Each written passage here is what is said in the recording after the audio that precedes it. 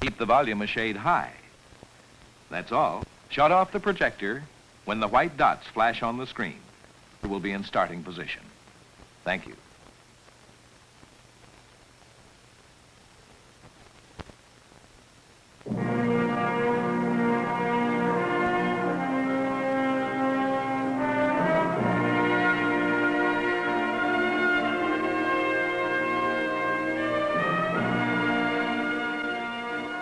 They call them contrails, those long white symbols of the jet age. Contrails, reaching out across a continent and an ocean. Flying banners of the DC-8 jet mainliner.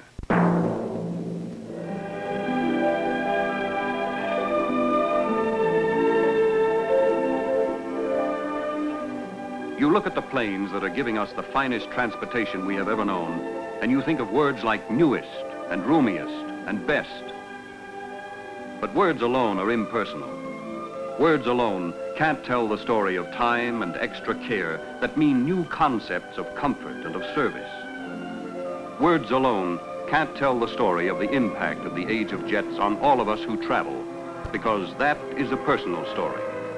A story which, to be fully understood, must be personally experienced.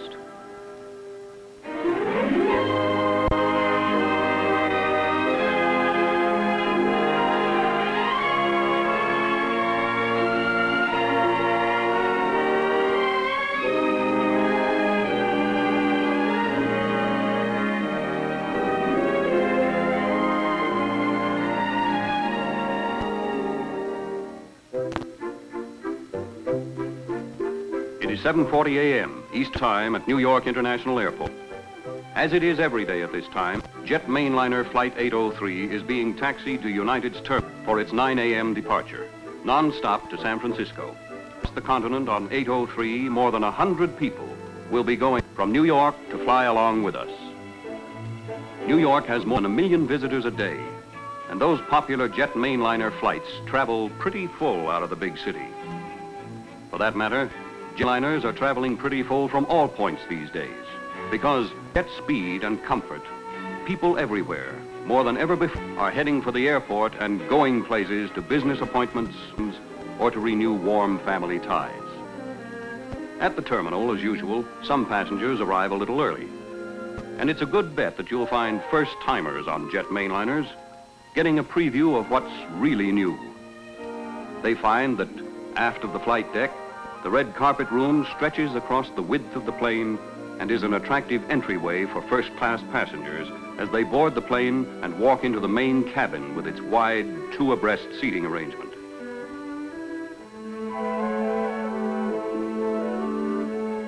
The custom coach section, a separate cabin in itself, has 3 abreast seating, and even a model reveals the fact that with the size of the DC-8, there is no skimping on roominess. The coach lounge, an exclusive feature of jet mainliner transcontinental travel, also serves as a roomy entrance at the rear of the plane. Passengers for 803 have already checked in their baggage, and it's on the way to be stowed in one of the jet mainliner's spacious cargo compartments. The luggage containers, preloaded in the terminal, are designed to give extra care to personal belongings. The protective containers and their contents travel as a unit and eliminate loading and unloading bags into cargo pits by hand. Now, 803 waits patiently on the ground. And yet, more than half a continent away, behind the scenes, at United's operating base in Denver, they already know 803's flight plan for every mile of its transcontinental journey. They know it because they made it at the largest airline weather and communications center in the world. From all over the northern hemisphere, the weather reports come in, from ships at sea and from aircraft, from Japan to the Arctic Circle. Basic weather data that can be translated into forecasts of weather and wind conditions up to 60,000 feet. It's a matter of taking the weather they're having in 1,001 different places and figuring out what that weather will be like at any given time along every mile of some 14,000 miles of United's routes. After the basic weather information is processed, Final decision for all jet mainliner flight plans is based on programming that data for a Bendix electronic computer. The computer will yield in minutes the precise answer it would take human experts hours to arrive at. You feed in your weather data, plus such items as payload, reserve fuel required, alternate airports, and out comes your answer in the form of a detailed flight plan. The flight plan for 803 has been transmitted from Denver via United's New York dispatch office to her captain and crew, who will fly her along the route and altitude selected with extra care for the smoothest and fastest ride. United Jet Mainliner, Flight 803, nonstop to San Francisco, now boarding at Gate 4. Last call, all aboard, please. And welcome aboard. For 2,500 miles or so, from the Atlantic seaboard across the continent to the Golden Gate, you are the special guests of Flight 803. Up forward here in the first class section, or aft in the custom coach section, the quiet speed and roomy comfort have been carefully designed and planned especially for you.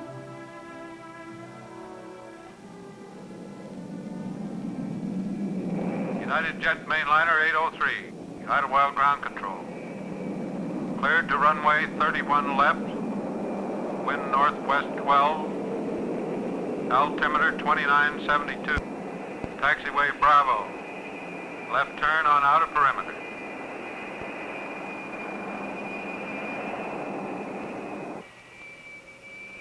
Idlewild Tower, United Jet Mainliner 803, ready for takeoff, over. United Jet Mainliner 803, cleared for takeoff. Full throttle commands 54,000 pounds of thrust. Ahead is the soaring wonder of jet flight.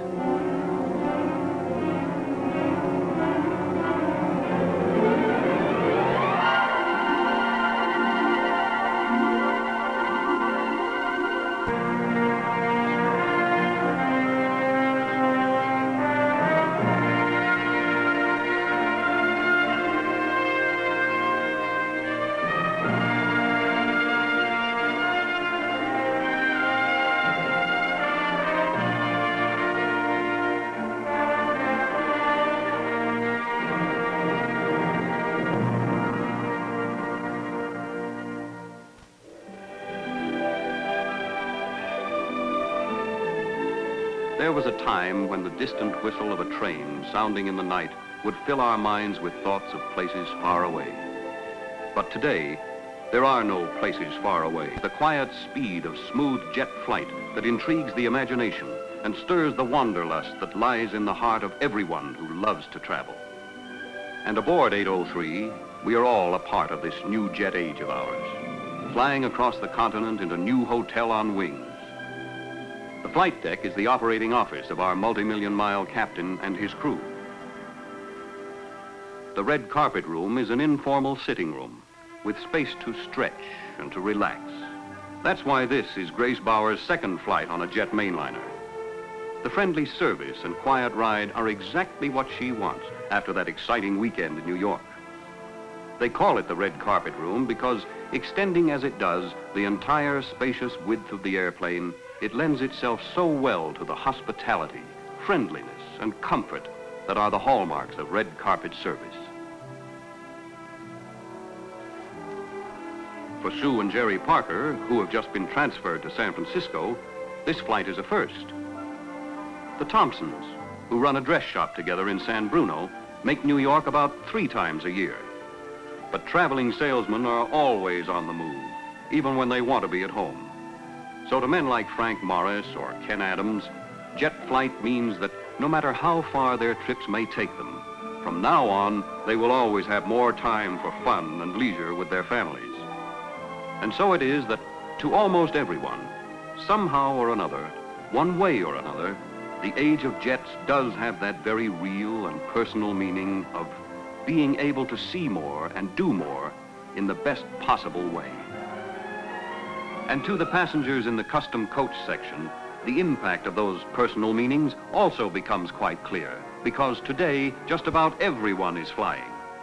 The speed of almost 100 miles an hour, the smooth, vibration-free ride, the luxurious interiors, and that exclusive jet mainliner conversation piece, the friendly coach lounge, are all features carefully designed for your personal comfort by the same experienced team that has worked so hard to give us the finest transportation system we have ever known. It is a team composed of the men and women who operate the airline to serve the needs of the flying public, those who build the planes, and those who build the engines. And when we look inside those engines, we can see the secret of their vibration-free performance. Smooth turning compressors and turbines that spin evenly on their axis. Every one of the small compressor blades is in itself a carefully designed and efficient airfoil. We have always been proud of our national reputation for mass production, but quantity is only an objective that must be tempered by craftsmanship and precision. The skill and experience that go into the fabrication and assembly of those Pratt Whitney jet engines are paying off in a reputation for dependability that is unsurpassed. They are called the most proven engines ever built for passenger planes, and for good reason. They have flown more than 2 billion miles. It is only reasonable and logical for new concepts of power to team up with brand new concepts of airplane design. The Douglas DC-8s are designed from the ground up exclusively as passenger transports.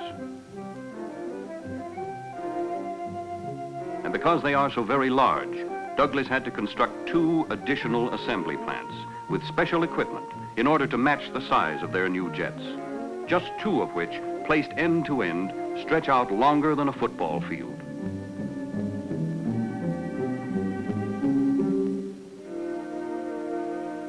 Because the DC-8s are the first of their kind, which have actually been designed exclusively and specifically for the needs and comfort of the people who ride them, they represent far more sophisticated facets of the art of jet design than speed and size alone.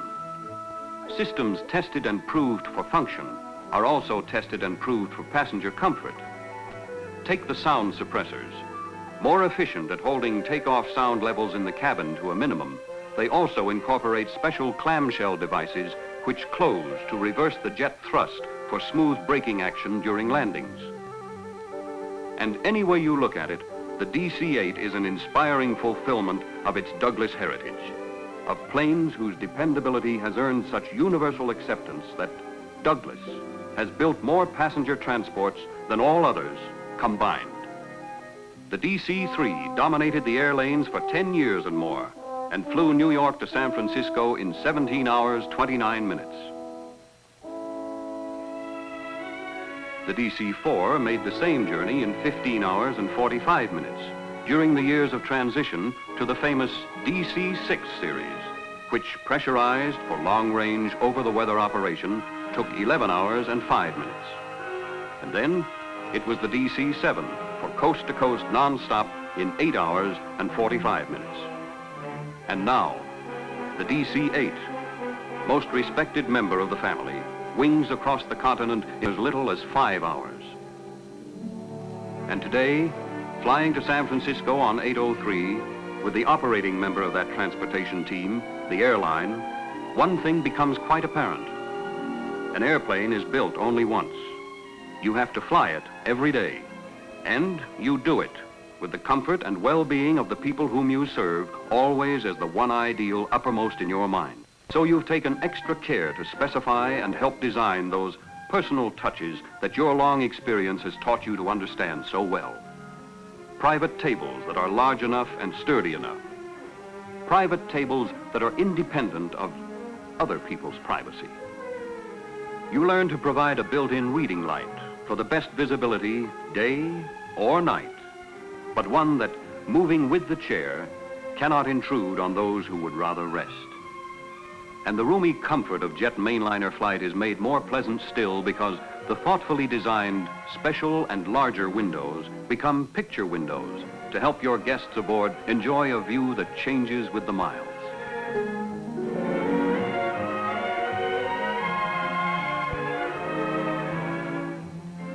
But when you operate an airline, there are many things you learn about the people whom you serve and how to satisfy their needs. So for the custom coach, You learn to design 3 abreast seating with ample room for stretching out. You learn how to make coach travel easy on your friends, as well as easy on their budget. And of course, they in turn begin to know and understand a little more about the plane on which they're flying. But there are certain things that can't be made apparent by a look around the cabin. The crew, though, up forward on the flight deck, they can tell about it, because they're one of the important parts of it.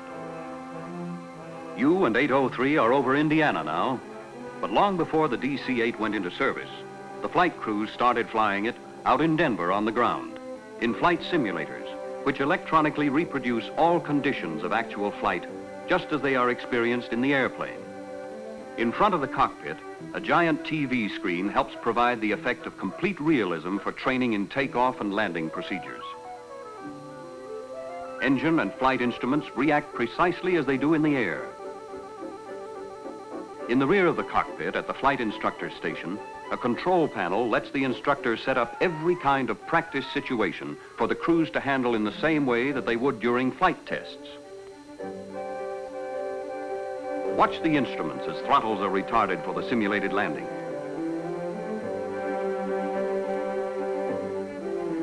A couple of 100 yards away, the remote control closed-circuit TV camera moves in perfect synchronization with the controls during final approach.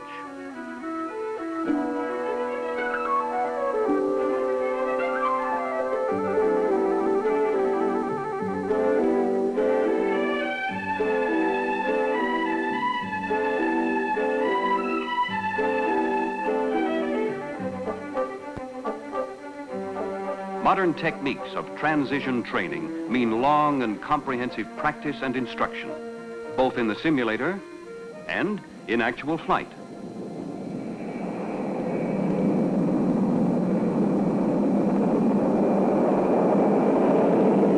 To men who know, it takes more than a fleet of airplanes to operate a jet airline. It takes depth in experience and in preparation, depth in planning and in training. And in the basic philosophy of company-wide training, the most important program always has been, and no doubt always will be, the emphasis on flight crew skills. It is a queuing program, and so men who have been piloting passenger transports for 10, 15, 20 years go back to school again. The cost? Over $10,000 per man.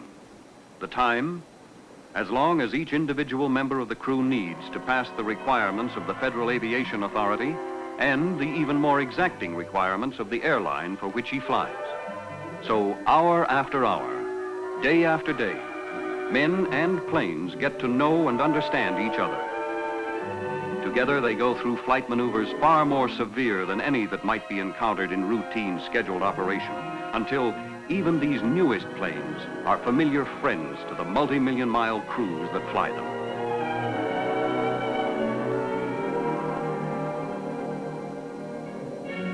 Depth in training. At United's San Francisco maintenance base, the largest of its kind in the world, mechanics from all over the system are brought in for their comprehensive training programs which pinpoint every feature of the airplane. You can call it planning and preparation and training, but it all adds up to the extra care behind the scenes that, like the radar in the cockpit of your Flight 803 today, is helping to make your trip on 803 smooth and pleasant. It is an interesting and significant part of progress that as our planes fly faster, quieter, and higher, our ideals of personal well-being are also reaching to new heights. But jet speed handed us a problem of time, even better service in half the time. Speed and physical comfort should not mean a sacrifice of personal interest. And so it is important that there still is always time enough to have a friendly word with the passenger traveling alone, or for your stewardess to pin the wings of junior pilots on young and suddenly expanded chests. You can solve even your problems of time by planning. Something like 4 years of planning to reach your goal of better service in half the time. And personal attentions you receive are visual evidence of a much broader picture you seldom see. Case in point, the matter of the empty plate. Object at hand, an irresistible appeal to everybody's taste. And so, because the continental chefs in United's flight kitchens from Honolulu to New York are experts in the culinary arts rather than in words, they have set up a display as the personal expression of their mission, which is to see that all meals served on United are unsurpassed.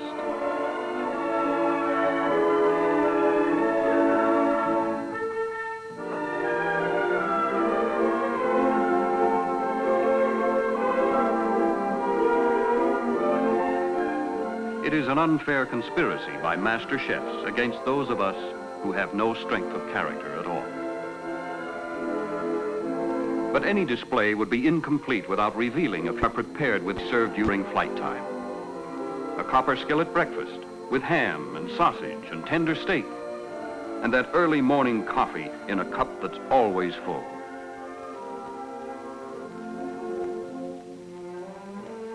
When attention turns to lunch or dinner on shorter flights, the tray may hold chilled lobster cocktail, boned breast of chicken, and an oven-fresh dessert, with your choice of beverage, of course. The tasty alternate would be a refreshing soup and salad tray.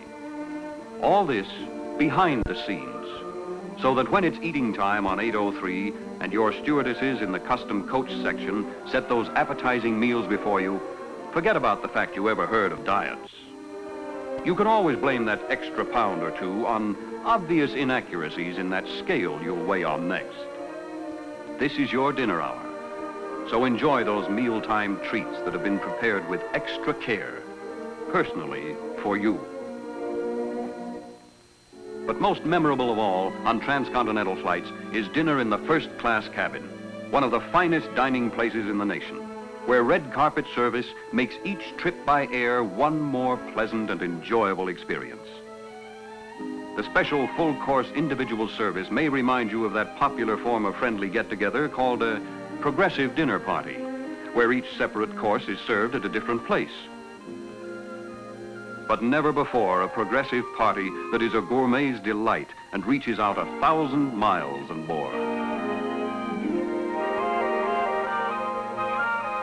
You've enjoyed cocktails over Ohio, salad over Illinois, and now it's time for your entree over Nebraska.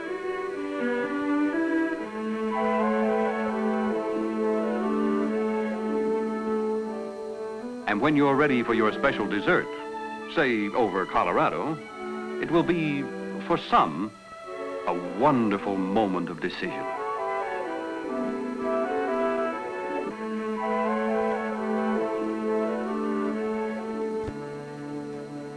Time and the miles pass swiftly. High above Lake Tahoe, 803 has crossed from Nevada into California, and Oakland Air Traffic Center has control. United Jet Mainliner 803, Oakland Center. Clear to Oakland via jet route Sacramento, Victor 28 Oakland. Cross Sacramento 20,000, Oakland 10,000. Maintain 10,000. Contact San Francisco approach control over Oakland.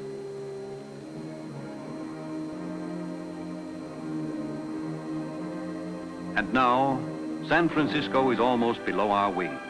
And it is logical to wonder if it is true when they say that as speed increases, our world is getting smaller. But physical distance doesn't change. The world isn't smaller. It only seems that way because we are growing. All of us together are taking giant strides toward individual effectiveness and personal satisfaction as we grow in size and stature along with the wonderful machines we have learned to build and fly so well.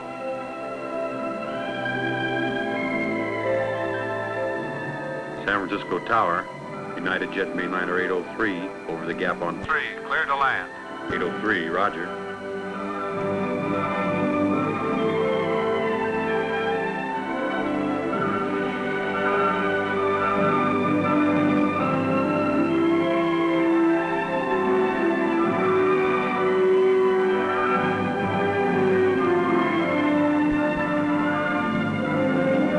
There is something special about what the best of the jets has brought us. East to the Midwest to the Pacific coast or over the Pacific to Hawaii. Speed, comfort, and convenience are opening broad horizons of pleasure as we fly into a new and wonderful age of travel aboard the flight of our choice on a DC-8 jet mainliner.